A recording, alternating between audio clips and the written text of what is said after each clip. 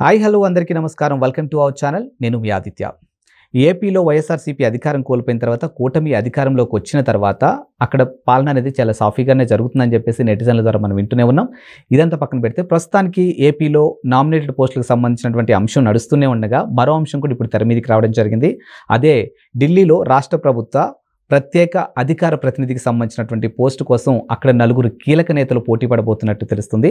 మరి చంద్రబాబు నాయుడు గారు ఇది ఎవరికి ఇవ్వబోతున్నారు, ఇంతకీ ఆ నలుగురు ఎవరు, ఇలాంటి ఎన్నో అంశాల గురించి తెలుసుకునే ప్రయత్నం చేద్దాం. సో ప్రస్తుతానికి మనతో పాటు స్టూడియోలో ఉన్నారు ప్రముఖ సీనియర్ జర్నలిస్టు దుర్గా వడ్లమణి గారు. సో మ్యామ్ని అడిగి తెలుసుకుందాం. మ్యామ్ నమస్కారం. మ్యామ్ నమస్తే అండి. మ్యామ్, ఏపీలో చూసుకున్నట్టయితే ఇప్పుడు నామినేటెడ్కి సంబంధించినటువంటి పోస్టులది నడుస్తూనే ఉంది, అంటే దాని గురించి డిస్కషన్ జరుగుతుంది. ఇది పక్కన పెడితే ఢిల్లీలో రాష్ట్ర ప్రభుత్వ ప్రత్యేక అధికార ప్రతినిధి అనే ఒక పోస్టు కోసం నలుగురు కీలక నేతలు పోటీ పడబోతున్నట్టు తెలుస్తుంది. ఈ నలుగురు కూడా చంద్రబాబు నాయుడుకి బాగా సన్నిహితులని కూడా తెలుస్తుంది. మరి ఈ నలుగురిలో ఎవరిని వరించబోతుంది అండ్ ఇప్పుడు ఇది ఎలా మలుపు తిరగబోతుంది అసలు, అంటే మిగతా వాళ్ళని ఎలా బుజ్జగించబోతున్నారు? ఇప్పుడు మీరు చెప్పినట్టు ఇప్పుడు చాలా నామినేటెడ్ పోస్టులు అయితే బయటకు వచ్చాయండి, కానీ ఇంకా ఎవరికి ప్రకటన అయితే జరగలేదు. ఎవరికి వాళ్ళు ఆశావహులుగానే ఉన్నారు. ఇప్పుడు ఎవరికి ఇస్తే ఏం నష్టమో ఎవరికీ తెలియదు. అంటే కరవమంటే కొప్ప కోపం, విడవమంటే పాము కోపం అని ఇప్పుడు కూటమిలో ఉండడం వల్ల చంద్రబాబు నాయుడు గారు ఏ డెసిషన్ తీసుకున్నా ఆచితూచి తీసుకోవాలి. దానివల్ల ప్రతివాడు నాకు వస్తుందని ఎదురు చూస్తున్నారు. కానీ అలా చూడటం కూడా తప్పేనేమో, ఎందుకంటే అక్కడ ఉండే సమీకరణాలను బట్టి చంద్రబాబు నాయుడు గారు ఎటువైపు మొగ్గు చూపుతారు, ఏ వ్యక్తిని సెలెక్ట్ చేస్తారు ఎవరికీ తెలియదు. అదొకటి. రెండోది, ఇప్పుడు కేంద్రానికి సంబంధించి ఇప్పుడు కేంద్రంలో ఎవరైతే మన రాష్ట్ర అధికార ప్రతినిధిగా అక్కడ ఉంటారో తెలుగుదేశం తరఫున వాళ్ళకి చాలా కీలక బాధ్యతలు ఉంటాయి ఈసారి. అంటే ఎప్పుడు రాష్ట్ర అధికార ప్రతినిధిగా ఉండడం వేరు, ఈసారి ఉండడం వేరు. గతంలో అయితే వాళ్ళు ఇలా కూటమిలో లేరు కాబట్టి దానికి పెద్ద బాధపడక్కర్లే, వాళ్ళు ఏం చేసినా చెల్లుతుంది. కానీ ఈసారి అలా కాదు. ఈసారి కూటమిలో ఉండడమే కాకుండా బాబు గారు చాలా కీలక పాత్ర పోషిస్తున్నారు. ఇప్పుడు ఈరోజు మోదీ గవర్నమెంట్ నిలిచిందంటే కేంద్రంలో అందుకు ఒక పక్క బాబు గారే. అది అందుకే కదా బైరెడ్డి శబరి, కళ్యాణ్ బెనర్జీ రెండు క్లచెస్ అంటే టీడీపీ క్లచ్ కాదు ఆయుధం అని చెప్పింది ఆవిడ. కాబట్టి ఒక ఆయుధంలాగా ఆయన ఉన్నప్పుడు ఇప్పుడు ఎవరిని చేయాలి అధికార ప్రతినిధి అనేది చాలా కీలకం. ఇప్పుడు మనం తీసుకుంటే ఒకటి సుజనా చౌదరి. సుజనా చౌదరి గతంలో తెలుగుదేశంలో ఉన్నారు ఆయన, తర్వాత ఇప్పుడు బీజేపీలోకి చేరారు ఆయన. సో ఆయన పారిశ్రామికవేత్త కూడా, ఆయన ఒక రాజకీయ నాయకుడి కంటే ముందు ఒక పారిశ్రామికవేత్త. సో అతనికి ఎంతవరకు అవకాశం ఇస్తారు క్వశ్చన్ మార్క్ మనకి. ఎందుకంటే ఇక్కడ ఓన్లీ రాజకీయ పరంగా తీసుకున్నప్పుడు సుజనా చౌదరికి ఇవ్వడానికి కొంచెం ఆలోచిస్తారు బాబు గారు. ఎందుకంటే పారిశ్రామికవేత్త కాబట్టి వ్యక్తిగత అవసరాలు వాళ్ళకు ఉంటాయి. సో కేంద్రంతో సత్సంబంధాలు నెరపడంలో ఇక్కడ వ్యక్తిగతంగా కూడా ఆయన ఏమైనా ఉపయోగించుకుంటారా, దానివల్ల పార్టీకి ఏమైనా నష్టం జరుగుతుందా, ఇది ముఖ్యంగా ఆలోచించాలి. ఇప్పుడు ఒక వ్యక్తి ఎట్లా ఉండాలంటేనండి, వృత్తి వేరు ప్రవృత్తి వేరులాగా ఉండాలి. వృత్తి ప్రవృత్తి ఉన్నప్పుడు రెండింటికి సమన్యాయం చేయటం కష్టం. ఇప్పుడు నాకు ఒక అవసరం వచ్చింది పారిశ్రామిక, అంటే నేను ఒక వ్యాపారవేత్తగా, అప్పుడు నేను పార్టీ కంటే నా వ్యక్తిగతం ఆలోచిస్తే అక్కడ నా ఆలోచన ధోరణి తప్పైనట్టు అవుతుంది. అప్పుడు పార్టీకి నేను నష్టం చేసినట్టు అవుతుంది. ఇది చాలా కీలకం ఇది. కాబట్టి సుజనా చౌదరికి అవకాశాలు తక్కువగా కనిపిస్తున్నాయి ఆ పరంగా చూసినప్పుడు. ఎందుకంటే ఇప్పుడు మోదీతోటే ఆయన సత్సంబంధాలు ఉంటాయి. అందులో ఈసారి మోదీ గారు ఏం చేశారు, ఆయన చాలా తెలివిగా కూటమి ఇక్కడ ప్రభుత్వం ఫామ్ అయ్యాక అక్కడ మోదీ గారు ప్రభుత్వాన్ని ఫామ్ చేశాక ఈసారి ఎంపీలు అందరితోటి ఆయన సమావేశం అయ్యారు.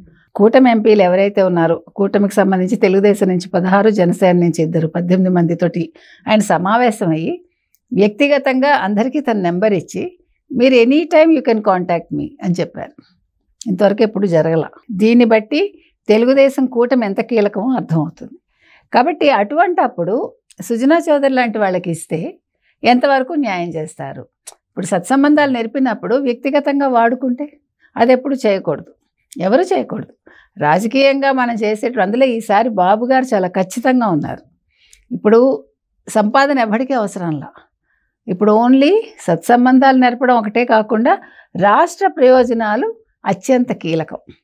మనకి చాలా సవాళ్ళు ఉన్నాయి మన ముందు, వీళ్ళందరి ముందు. రాష్ట్రాన్ని ఎలా అభివృద్ధి చేయాలి, కేంద్రం ఏ రకంగా సహాయం చేస్తుంది, కేంద్రం నుంచి నిధులు ఎలా వస్తాయి మనకి, ఇట్లా ప్రతి అంశంలోనూ ఈ రాష్ట్ర అధికార ప్రతినిధి కూడా ఆచితూచి వ్యవహరించాలి. కాబట్టి సుజనా చౌదరికి అవకాశం తక్కువ. ఇకపోతే గల్లా జయదేవ్ గుంటూరు నుంచి 2 సార్లు ఎంపీగా పోటీ చేశారు. చాలా మంచి పేరుంది. ఆయన కూడా వ్యాపారవేత్తే కానీ చాలా మంచి వ్యాపారవేత్త. అంటే డిఫరెన్స్ వీఆర్ టాకింగ్. డెఫినెట్గా గల్లా జయదేవ్కి చాలా మంచి పేరుంది.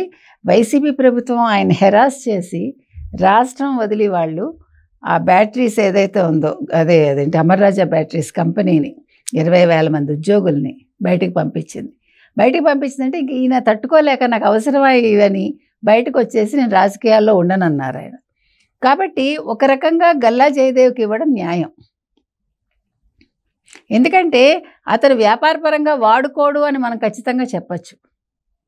ఎందుకంటే ఆయన రాజకీయాలు చేశాడు, కానీ ఖచ్చితమైన రాజకీయాలు చేశాడు, వ్యాపారము చేశాడు, నిజాయితీ గల వ్యాపారం చేశాడు. అంటే వ్యక్తుల మధ్య మనం ఎట్లా డిఫరెన్స్ ఉంటుందనేది చూస్తున్నాం, మనం చెప్తున్నాం. అంటే ఒక వ్యక్తిని చూస్తే మీరు ఒక అసెస్మెంట్కి రావాలి. అటువంటి అసెస్మెంట్ మీరు గల్లా జయదేవ్ గారి విషయంలో రావచ్చు. కాబట్టి ఇప్పుడు వరకు చూసుకుంటే డెఫినెట్గా గల్లా జయదేవ్కి ఎక్కువ మార్కులు పడతాయి. ఇకపోతే ఆర్ఆర్ఆర్కి ఇవ్వడం తప్పులేదు, కానీ ఆయనకి అవసరం లేదు అక్కడ. ఇప్పుడు రఘురామకృష్ణరాజు లాంటి వాళ్ళు రాష్ట్రంలోనే ఉండాలి. ఎందుకంటే ఆయన ఒక అగ్రెసివ్ పొలిటీషియన్. ఆయన ఒక నిజాయితీ పరుడు. ఆయనకి డబ్బులు అక్కర్లా. ఆయనకి పదవి కూడా ఒక ఏమనాలి, ఒక అలంకారమే ఆయనకి. కాబట్టి ఆర్ఆర్ఆర్కి ఆ పదవి ఇచ్చేకంట రాష్ట్రంలో ఒక మంచి పదవి ఇస్తే బాగుంటుంది. ఆయన తిరుమల తిరుపతి దేవస్థానం నుంచి బయటకు వచ్చి గుళ్ళో దర్శనం చేసుకుని వెంకటేశ్వర స్వామికి నేను చెప్పాను నాకేం కావాలో నాకు జరుగుతుంది అన్నాడు ఆయన. కాబట్టి ఆయన ఏం ఆశించాడో అది ఆయనకి ఇస్తే బాగుంటుంది. కాబట్టి ఆర్ఆర్ఆర్ అక్కర్లా. ఇక కంభంపాటి రామ్మోహన్ రావు గారు గతంలో అధికార ప్రతినిధిగా చేశారు, కేంద్రంలో రాష్ట్ర అధికార ప్రతినిధిగా. కాకపోతే ఏంటంటే ఆల్రెడీ చేసేసాడు ఆయన. ఎక్స్పీరియన్స్ ఉంది కదా అని ఇవ్వాల్సిన పని లేదు. ఇంకో కొత్త వ్యక్తికి ఇవ్వచ్చు కదా. ఇచ్చిన వాళ్ళకి ఇవ్వాలని ఎక్కడ రూల్ లేదు కదా. ఇంకొకరికి అనుభవం రావాలి కదండి. ఆ రకంగా చూసుకుంటే కంభంపాటికి ఇవ్వటం కంట గల్లా జయదేవ్ గారికి ఇవ్వడం ఉత్తమంగా మనకు కనిపిస్తోంది. అంటే మనం నలుగురు కేటగిరీ చూసినప్పుడు ప్రయారిటీ వైజ్ చూసుకుంటే డెఫినెట్గా ఖచ్చితంగా గల్లా జయదేవ్ నెంబర్ 1, కంభంపాటి రామ్మోహన్ రావు గారు నెంబర్ 2 వస్తారు. Thank you ma'am. Thank you. Hi hello అందరికీ నమస్కారం. Welcome to our channel. నేను మీ ఆదిత్య. ఏపీలో వైఎస్ఆర్సీపీ అధికారం కోల్పోయిన తర్వాత కూటమి అధికారంలోకి వచ్చిన తర్వాత అక్కడ పాలన అనేది చాలా సాఫీగానే జరుగుతుందని చెప్పేసి నెటిజన్ల ద్వారా మనం వింటూనే ఉన్నాం.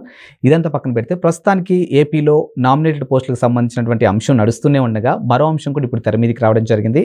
అదే ఢిల్లీలో రాష్ట్ర ప్రభుత్వ ప్రత్యేక అధికార ప్రతినిధికి సంబంధించినటువంటి పోస్టు కోసం అక్కడ 4 కీలక నేతలు పోటీ పడబోతున్నట్టు తెలుస్తుంది. మరి చంద్రబాబు నాయుడు గారు ఇది ఎవరికి ఇవ్వబోతున్నారు, ఇంతకీ ఆ 4 ఎవరు, ఇలాంటి ఎన్నో అంశాల గురించి తెలుసుకునే ప్రయత్నం చేద్దాం. సో ప్రస్తుతానికి మనతో పాటు స్టూడియోలో ఉన్నారు ప్రముఖ సీనియర్ జర్నలిస్టు దుర్గా వడ్లమణి గారు. సో మ్యామ్ అడిగి తెలుసుకుందాం. మ్యామ్ నమస్కారం. మ్యామ్ నమస్తే అండి. మ్యామ్, ఏపీలో చూసుకున్నట్టయితే ఇప్పుడు నామినేటెడ్కి సంబంధించినటువంటి పోస్టులది నడుస్తూనే ఉంది, అంటే దాని గురించి డిస్కషన్ జరుగుతుంది. ఇది పక్కన పెడితే ఢిల్లీలో రాష్ట్ర ప్రభుత్వ ప్రత్యేక అధికార ప్రతినిధి అనే ఒక పోస్టు కోసం 4 కీలక నేతలు పోటీ పడబోతున్నట్టు తెలుస్తుంది. ఈ 4 కూడా చంద్రబాబు నాయుడుకి బాగా సన్నిహితులని కూడా తెలుస్తుంది. మరి ఈ 4లో ఎవరిని వరించబోతుంది అండ్ ఇప్పుడు ఇది ఎలా మలుపు తిరగబోతుంది అసలు, అంటే మిగతా వాళ్ళని ఎలా బుజ్జగించబోతున్నారు? ఇప్పుడు మీరు చెప్పినట్టు ఇప్పుడు చాలా నామినేటెడ్ పోస్టులు అయితే బయటకు వచ్చాయండి, కానీ ఇంకా ఎవరికి ప్రకటన అయితే జరగలేదు. ఎవరికి వాళ్ళు ఆశావహులుగానే ఉన్నారు. ఇప్పుడు ఎవరికి ఇస్తే ఏం నష్టమో ఎవరికీ తెలియదు. అంటే కరవమంటే కోపం, విడవమంటే పాముకు కోపం అని ఇప్పుడు కూటమిలో ఉండడం వల్ల చంద్రబాబు నాయుడు గారు ఏ డెసిషన్ తీసుకున్నా ఆచితూచి తీసుకోవాలి. దానివల్ల ప్రతివాడు నాకు వస్తుందని ఎదురు చూస్తున్నారు. కానీ అలా చూడటం కూడా తప్పేనేమో, ఎందుకంటే అక్కడ ఉండే సమీకరణాలను బట్టి చంద్రబాబు నాయుడు గారు ఎటువైపు మొగ్గు చూపుతారు, ఏ వ్యక్తిని సెలెక్ట్ చేస్తారు ఎవరికీ తెలియదు. అదొకటి. రెండోది, ఇప్పుడు కేంద్రానికి సంబంధించి ఇప్పుడు కేంద్రంలో ఎవరైతే మన రాష్ట్ర అధికార ప్రతినిధిగా అక్కడ ఉంటారో తెలుగుదేశం తరఫున వాళ్ళకి చాలా కీలక బాధ్యతలు ఉంటాయి ఈసారి. అంటే ఎప్పుడూ రాష్ట్ర అధికార ప్రతినిధిగా ఉండడం వేరు, ఈసారి ఉండడం వేరు.